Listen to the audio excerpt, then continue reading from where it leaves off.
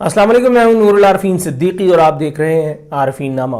حضرت علی کرم اللہ وجہہ کا ارشاد پاک ہے کہ دولت، اختیار اور اقتدار ملنے کے بعد انسان بدلتا نہیں بلکہ بے نقاب ہو جاتا ہے۔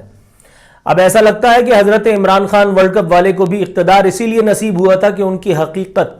دنیا پر منکشف ہو جائے، یہ ظاہر ہو جائے کہ وہ کتنے پانی میں ہیں۔ ہر گزرتا دن عمران خان ان کی تبدیلی کو ننگا کرتا جا رہا ہے، ہر گزرتا دن ان کے دعووں کی حقیقت ہم پر ظاہر کرتا چلا جا رہا ہے۔ وہ جو آئے تھے میرٹ کی باتیں کرتے ہوئے، اپنے ہر چاچے مامے کو، ایون کہ اپنی نکاح میں موجود لوگوں کو بھی نوازنے کا کوئی موقع جانے دینے کے لیے تیار نہیں ہے۔ وہ لوگ کہ جو حضرت عمران خان کی انشورنس پالیسی بنے ہوئے ہیں، نہ انہیں شرم آ رہی ہے، اور اگر عمران خان صاحب سے اگر آپ شرم کی بات کریں تو میرا خیال ہے اگر آپ زیادتی کر رہے ہیں، آپ یقیناً صریحاً زیادتی کر رہے ہیں، کیونکہ اختیار اور اقتدار ملنے کے بعد کس نے شرم کی ہے؟ نواز شریف نے کی ہے، زرداری نے کی تھی، تو پھر یہ والے کیسے کر لیں گے؟ خیبر پختونخوا میں میٹرک پاس وزیر کو محکمہ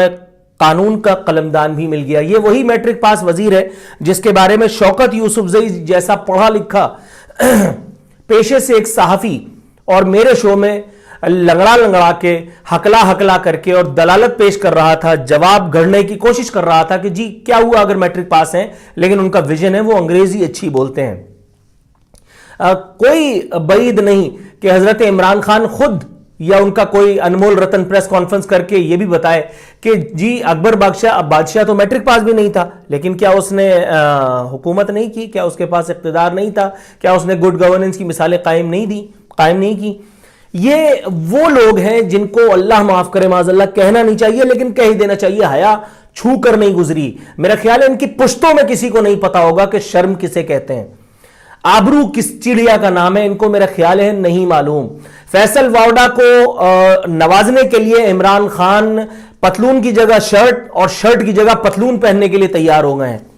سیف اللہ ابرو کو نوازنے کے لیے ہر دقیقہ، جس کو کہتے ہیں کوئی دقیقہ فروگزاشت کرنے کے لیے یہ آدمی تیار نہیں ہے۔ یہ وہ آدمی ہے جو نواز شریف کو کرٹیسائز کرتا تھا، یہ وہ آدمی ہے جس نے 126 دن لوگوں کو اسی لیے ڈانس کروایا، مجرا کروایا کہ جب میں آؤں گا تو پاکستان میں اس قسم کی بد مثالیں جو ہیں وہ نظر نہیں آئیں گی۔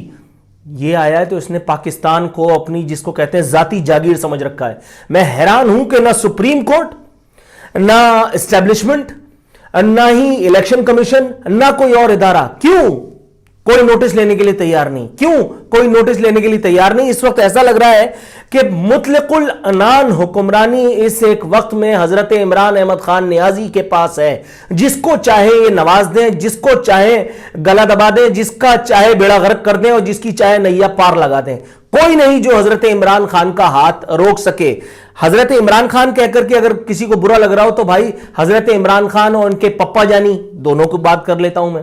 کیونکہ پپا جانی کے بغیر عمران خان کی حیثیت کوئی نہیں ہے۔ مجھے نہیں پتا کہ یہ عمر شریف صاحب سے منسوب ہے یا نہیں، لیکن اللہ آپ کو نیکی دے، ایک ٹویٹ آج سامنے آیا ہے اور تصویر اس پہ عمر شریف صاحب کی بنی ہوئی ہے۔ لکھا ہے کہ تینوں ضمنی الیکشن اور تینوں میں ضمانت ضبط، ثابت ہوا کپتان امپائرز کے بغیر ایسا ہی ہے جیسے بغیر ناڑے کی شلوار۔ اب یہ بڑی گھٹیا سی مثال ہے، لیکن بتانا یہ تھا کہ یہ ہے عمران خان کی ایک شبیہ، یہ ہے عمران خان کی گورننس کا ایک نقشہ، ایک خاکہ۔ اس میں کوئی شک نہیں کہ یہ تبدیلی جب آئی تھی تو ہم نے اپنی آنکھوں میں پتہ نہیں کیا کیا خواب جگائے تھے، لیکن جب وزارتیں ملنی شروع ہوئیں، اسد عمر کو وزارت ملی، تھوڑا سا کھٹکا آدمی، بونگیاں مارنے کے علاوہ کوئی کام ہی نہیں کیا۔ اچھا جس کمپنی میں تھے اس کمپنی سے اگر ان کی ACR نکلوا لی جاتی تو بھی شاید معاملات سنبھلنے میں آ جاتے۔ شفقت محمود، رؤوف کلاسرا نے پورا کالم لکھ دیا ان کے بارے میں، ان کی اگلا پچھلا سب کچھ لکھ دیا ہے۔ اس کے بعد فواد چودھری، اس کے بعد مطلب انمول رتنوں کی لائن لگتی چلی گئی۔ مطلب آپ سوچئے جو حکومت باقاعدہ جہانگیر ترین کے اس طیارے میں بیٹھ کر کے کمپائل کی گئی ہو، بنائی گئی ہو، اس حکومت میں یہی سب تو ہونا تھا۔ اس کے بعد جب فیصل واوڈا بھی وزیر بن گیا تو ہمیں پتہ چل گیا تھا کہ اس دفعہ ہونے کیا والا ہے۔ وہ تو خیر نواز شریف جیسے جھکی اور آصف زرداری جیسے اوور کانفیڈنٹ جو سیاستدان ہیں، اگر وہ جس کو کہتے ہیں کہ دھول چاٹنے کے اوپر راضی نہ ہوتے تو یہ حکومت معرض وجود میں ہی نہیں آتی۔ پہلے ہی دن میں کوئی مانے یا نہ مانے، آپ تانا دیجئے مجھے کہ جی مجھے فضل الرحمان نے خرید لیا، حالانکہ فضل الرحمان تو مجھے انٹرویو نہیں دے رہا بھائی، میں مولانا کی کیپیسٹی بات نہیں کر رہا ہوں، اس لیے میں فضل الرحمان کہہ رہا ہوں، مجھے تو وہ انٹرویو دینے سے بھاگ رہے ہیں۔ لیکن میں اس آدمی کی وزڈم، پولیٹیکل وزڈم کا قائل ہو گیا کہ جب پہلے ہی دن اس نے کہا تھا کہ اگر یہ حکومت اس کو بننے دیا تو یہ گناہ ہوگا، اور واقعی یہ گناہ پیپلز پارٹی اور نون لیگ سے ہوا۔ پیپلز پارٹی تو خیر مانڈولی کنگ کے ہاتھ میں، زرداری کے ہاتھ میں، ظاہر ہے کہ وہ لین دین کے بڑے اچھے معاملات رکھتے ہیں، ان کا ٹریک ریکارڈ بھی بڑا زبردست ہے اس حوالے سے، تو انہوں نے تو اچھا خاصا جس کو کہتے ہیں اپنی سیٹنگ ڈال دی ہے۔ پچھلے دنوں میں جو کچھ بھی چیزیں سامنے آئی ہیں پاکستان پیپلز پارٹی کی اسٹیبلشمنٹ سے اطاعت اور اس سے مراسم اور روابط کے حوالے سے، وہ بھی کوئی ڈھگی چھپی اب بات نہیں، سب کو سمجھ میں آ رہا ہے کہ پی ڈی ایم کے پیچھے بلکہ بہت پیچھے کیوں چل رہے ہیں حضرت زرداری اور حضرت بلاول۔ آن جناب کی سیاست سب پر منکشف ہے، لیکن یہاں نواز شریف کو بھی میرے خیال ہے بیل آؤٹ کرنا مناسب قطعی طور پر تو نہ ہوگا۔ نواز شریف اور اہل خانہ کو لگتا تھا کہ وہ میڈیکل NRO دے کر کے ان کے ساتھ بڑا رعایت کی گئی ہے، اور اب اگر وہ جس کو کہتے ہیں کہ جو چاہیں گے وہ کھل کھیلنے میں کامیاب ہو جائیں گے، تاہم ایسا ہوا نہیں، ایسا ہونا بھی نہیں تھا۔ نواز شریف سے جو کام لینا تھا وہ نواز شریف سے کام لے لیا گیا تھا، اور اس کے بعد پھر معاملات آپ کے سامنے ہیں۔ شہباز شریف کہیں غلطی سے لیڈر نہ بننے پائے، اس لیے شہباز شریف کا اندر جانا ضروری تھا۔ مریم نواز کو ایک لولی لنگڑی صحیح لیکن بہرحال ایک پرسنالٹی تو ہے، مریم نواز کو باقاعدہ ایک جید سیاستدان بنا کر کے دنیا کے سامنے پیش کرنا تھا، اور یہ بھی دکھانا تھا کہ فیس سیونگ تھی نون لیگ کی، ظاہر ہے کہ جی دیکھیں ہم اچھل کود کر رہے ہیں عمران خان کو اقتدار سے ہٹانے کے لیے، حالانکہ کدو کر رہے ہیں، کسی کی کوئی ہستی، کوئی حیثیت، کوئی اوقات، کوئی وقت کچھ بھی نہیں ہے، یہ سب ایک ٹوپی ڈرامہ ہے جس کے پیچھے عوام کو لگا رکھا ہے۔ اور چونکہ ہمارے یہاں کی عوام اللہ کے شکر ثم الحمدللہ میجورٹی عقل سے پیدل ہے، گوبر کو اگر حلوہ بتا دیا جائے تو یہ اس کے اوپر بھی چاندی کا ورق لگا کر کے اور اس سے جس کو کہتے ہیں صبح شام اپنا پیٹ بھرا کریں گے۔ ان کی کوئی ذہنی استطاعت اگر ہوتی تو آج یہ عمران خان جیسے لوگوں سے رسوا نہ ہو رہے ہوتے، یہ ماضی میں آصف زرداری اور نواز شریف جیسوں کے پیچھے خوار نہ ہوئے ہوتے۔ لب لباب اس بات کہی ہے جناب والا کہ ہمارے مسیحا فرماتے ہیں پاکستان میں زمین پر بھی اور سوچ میں بھی تبدیلی لا رہے ہیں، زمین پر اور سوچ میں تبدیلی لا رہے ہیں، یہ کہنا ہے عمران خان کا۔ مزید کہہ رہے ہیں یہ سوچنا ہے کہ ہمارے 20 اور 50 سال میں آنے والی نسلوں کا کیا فائدہ یا نقصان ہمارے کاموں سے ہوگا۔ میں پہلے بھی کہہ چکا ہوں، حضرت عمران احمد خان صاحب اور پپا جانی دونوں کو مخاطب کر کے میں کہتا ہوں، سب سن لیں، کان کھول کر کے سن لیں کہ جو کام آپ اس 2.5 سال میں کر چکے ہیں، اور اگر خدا نخواستہ غلطی سے 5 سال کی حکومت آپ کو کرنے دی گئی تو ہماری آنے والی 500 نسلیں اس بات کا خمیازہ بھگتیں گی۔ تاریخ میں کبھی معاف نہیں کیا جائے گا پپا جانی کو کہ جنہوں نے صرف ایک ملازمت کے پیچھے اس پوری قوم کو خوار کیا۔ تاریخ میں